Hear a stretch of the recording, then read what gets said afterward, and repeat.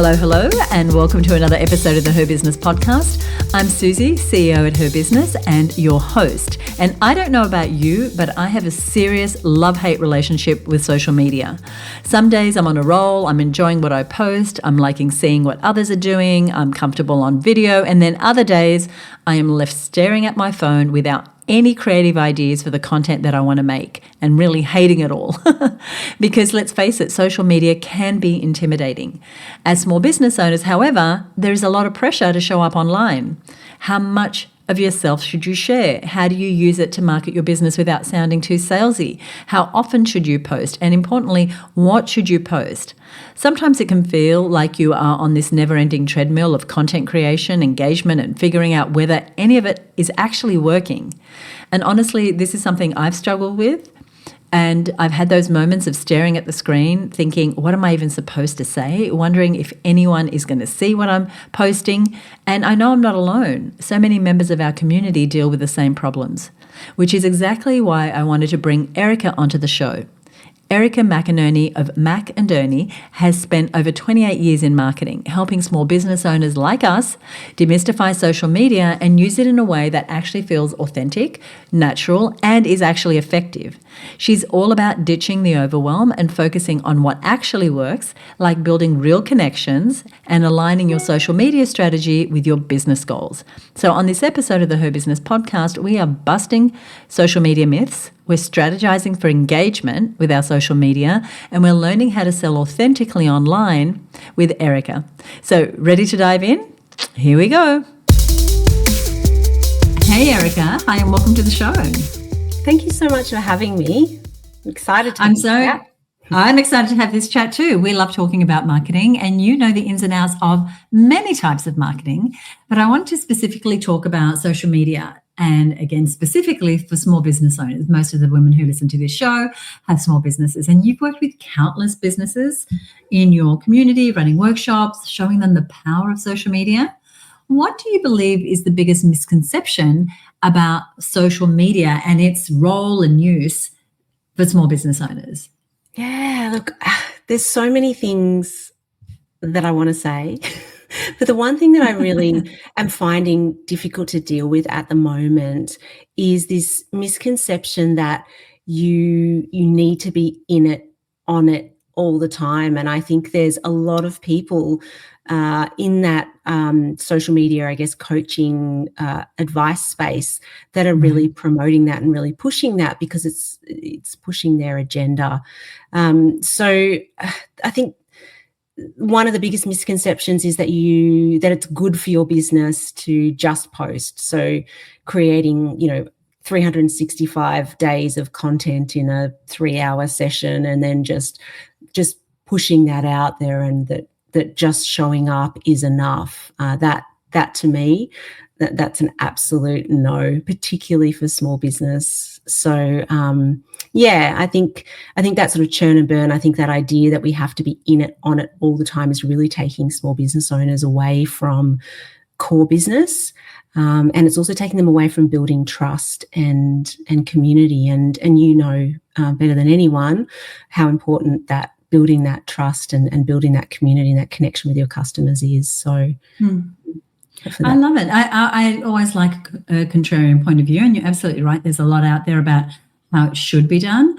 What, in your experience then, walk us through the strategy that you would recommend for a small business owner who's putting together their marketing strategy. You've said, let's not do this. Let me just post every day of the year without a strategy behind it. How do you approach it?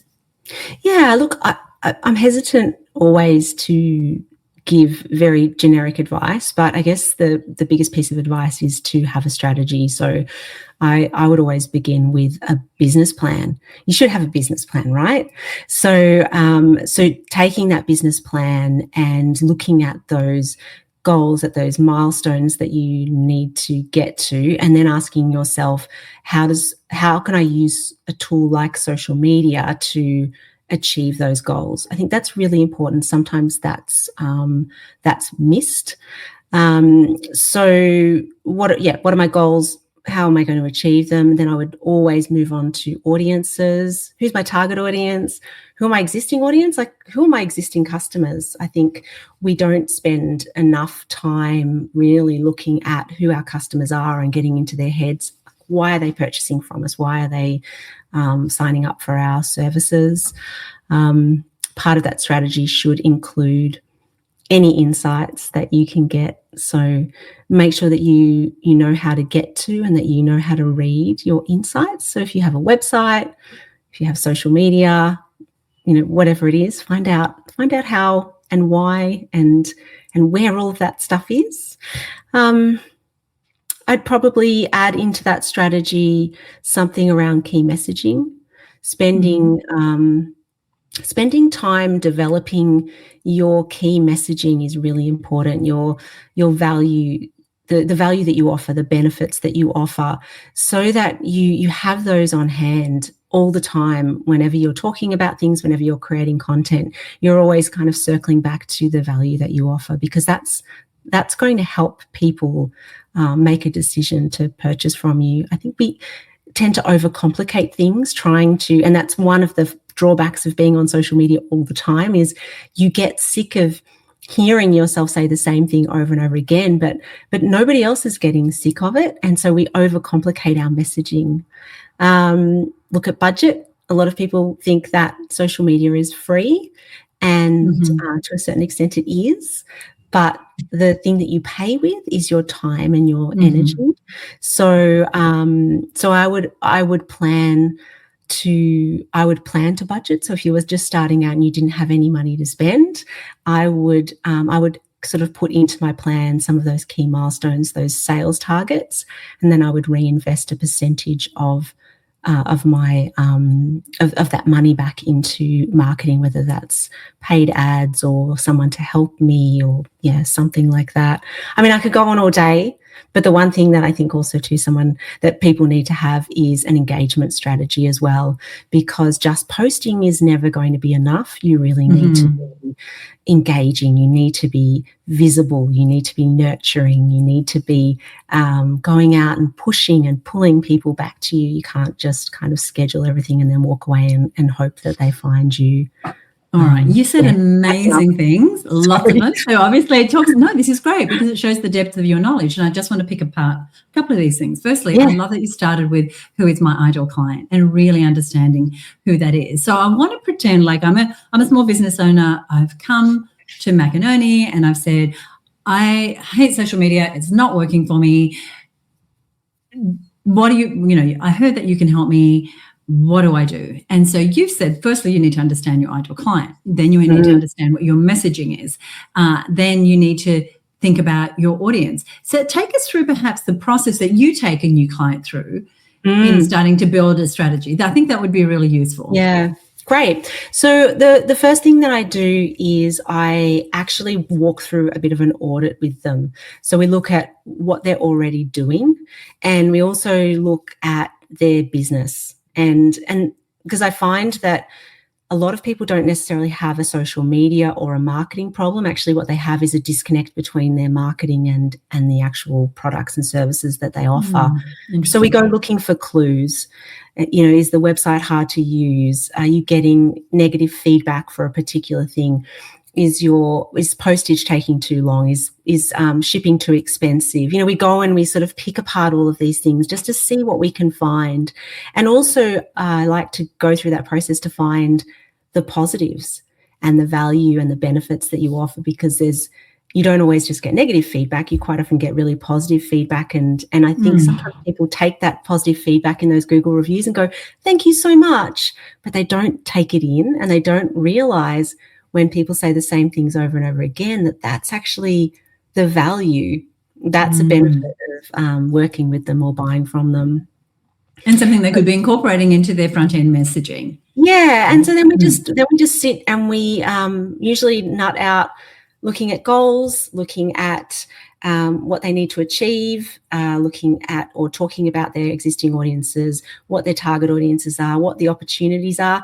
I've been marketing for 28 years and I don't love doing SWOTs. I find them a real slog, but I love looking at opportunities and threats, because I think those two things are really, really important. So if you're prepared for the worst, great. If you're prepared for the best, great. And so we go through that. And yeah, I mean, look, then we just move into working out how much time they've got, whether or not they've got a budget, looking at, and then just starting to put together a strategy based on what they have, what they offer, who their ideal audience is, what they offer them, what opportunities there are. Yeah, it's always different every single time. But there's some core elements, obviously, that go across all of them. You mentioned engagement. Can you talk to us a little bit more about what you mean by that? You said don't just go ahead and post and sort of then, not be present. What do you mean when you talk about engagement, social media engaging? Yeah. Yeah. So if you are scheduling posts to go off, it's very convenient, and a lot of automation that we put into our businesses is very convenient for us. But sometimes, particularly in social media, it can actually have a detrimental effect on your visibility, because you're not then spending actual time going around following other accounts, commenting on other accounts, what I call push and pull. Engagement has that pull effect. You actually go out into the social media channels that you are posting in.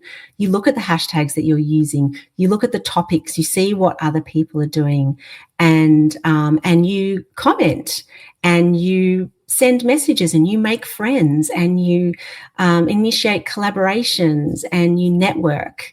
Because and in doing all of that, not only are you doing what those social media platforms want us to do, you will get rewarded that way, but actually it makes it a really positive space for you.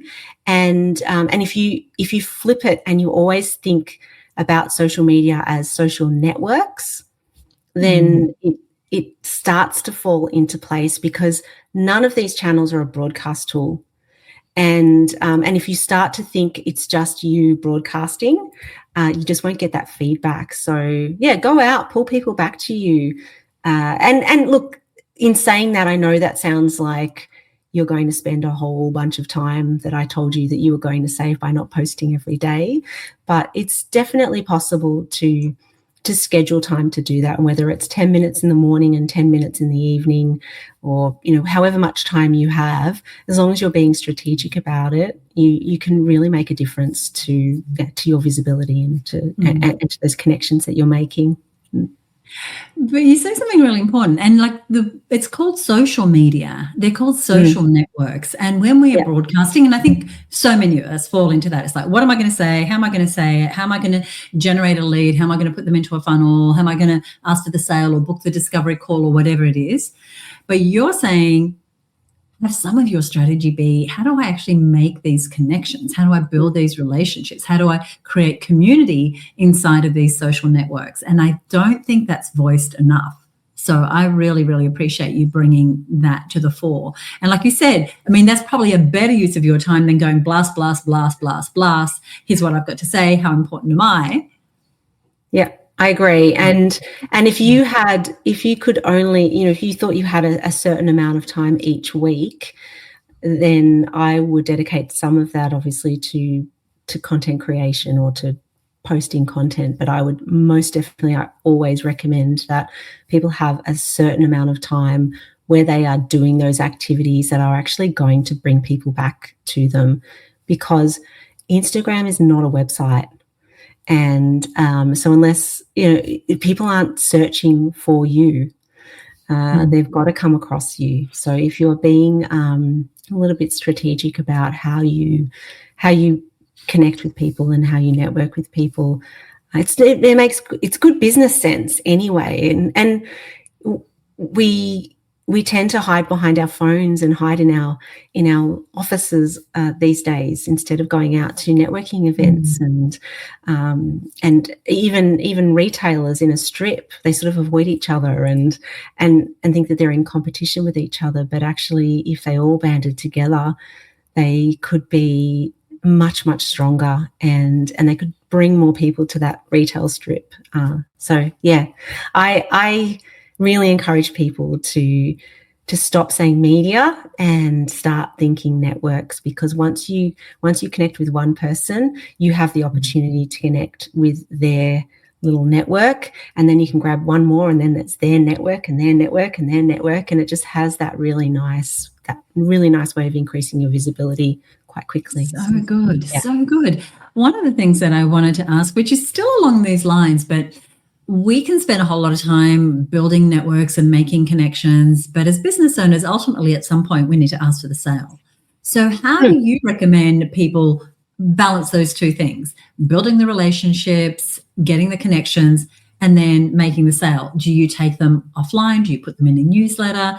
Do you do it in DMs? Like, do you have a preference on the method? Yeah, again, it really depends, but what I've found over the years is that if somebody's uncomfortable with sales messaging, there's usually a deeper problem there, and it's not necessarily that they think their audience isn't going to receive that sales messaging, because, to be honest, we're all in there hitting on ads, and everybody's quite comfortable with sales messaging. So going back to that audit that I talk about, what I find is sometimes people actually aren't that confident in their products, or aren't that confident in their services, or maybe they've priced it at a point that they don't feel comfortable with, or like there's always blocks in there that people have around sales and around asking for the sale. So I've got a few little strategies that I teach people. One of those is actually to create and approve your own sales messaging and stick it in a document. And then when you're writing your content, to just grab one that's appropriate and stick it at the end and not think about it. You've approved it. It's you're comfortable with the language. It's got the right links in it, or whatever it is, and just grab it and drop it. And that way you're not sitting there trying to think up a different sales message every time you post. So that's just a little tip that I give people. Interesting. So you create like a little library of calls to action. Yeah. And it just disconnects you from that icky feeling that you have. And then obviously too, we work on confidence, and we work out what the best way to ask for the thing is, and we practice it, because your social media channels, they're yours. And if you're a business, people are okay with you selling. It's totally fine. You can give stuff away, of course. I give away a lot, but I'm not then afraid to ask for the sale when I have something to sell. So that's what makes the wheels go round, right? That's what allows you to do the free stuff, right? Absolutely. And there's nothing wrong with it. It's just, I think, maybe it's also a feminine thing. I know that we have these blockers, and you would certainly know that from all of the people that you've dealt with over the years. So yeah, finding out what the thing is, what the block is, more important than finding the right channel, because every channel is a sales channel. I love that. That's a very quotable quote. Yeah. We're going to put some links so that people can join your newsletter. They can learn more about your services.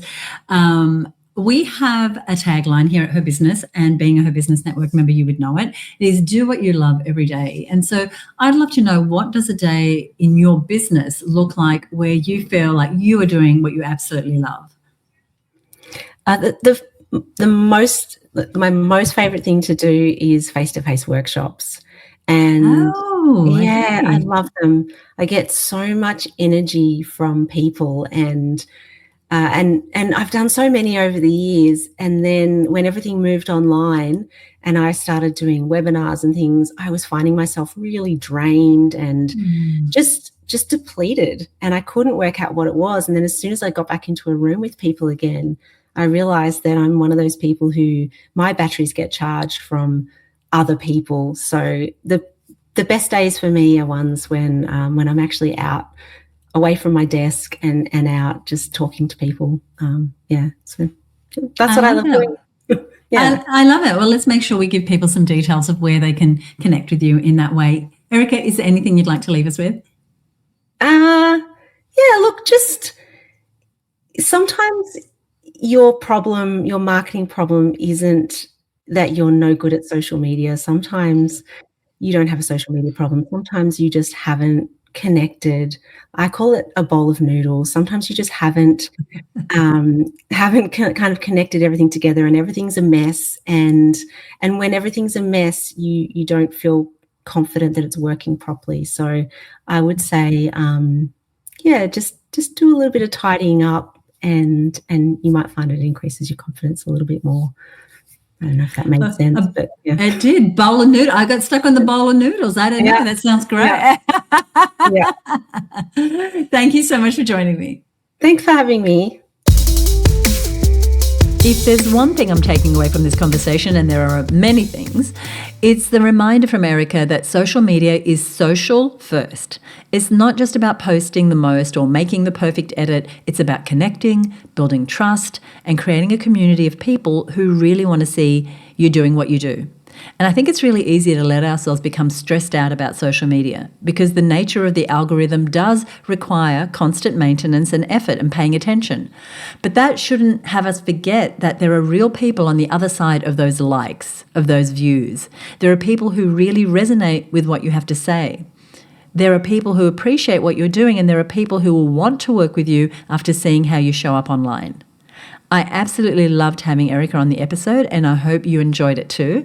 And if you'd like to learn more about Erika and access her resources and the different services she has, be sure to check out the show notes for all the links. And you'll find the show notes at herbusiness.com/289. She's someone who really knows her stuff, and she genuinely cares about helping small business owners succeed. And if this episode got you thinking about your social media strategy or even where to start, I would love to hear from you. Shoot me a message, share your thoughts, let me know which tip you're going to be implementing first.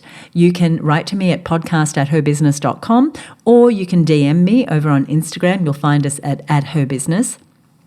And don't forget, if you're looking for a community of like-minded women business owners, the Her Business Network has all the resources and connections you need to grow your business, get more clients, and develop a business and life you love, and meet extraordinary business owners like Erika, who is one of our members, of course. And you can join the wait list over at herbusinessnetwork.com. And when we open the doors and we're taking new members, we would love to welcome you.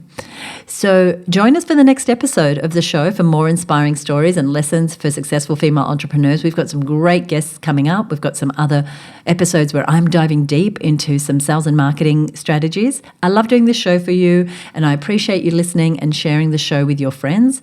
I also love it whenever you comment on what you enjoyed and implemented. It really makes my day. So once again, if you enjoyed this episode, let me know. DM me on Instagram, write to me at podcast@herbusiness.com, or do me the biggest favor and head on over to Apple Podcasts and leave the show a rating or a review. It makes such a difference. And I tell you what, you do that, I will give you and your business a shout out here on the show. If you're new to the show, be sure to hit subscribe or follow wherever you are right now. And I'll see you next time right here on the Her Business Podcast. Bye for now.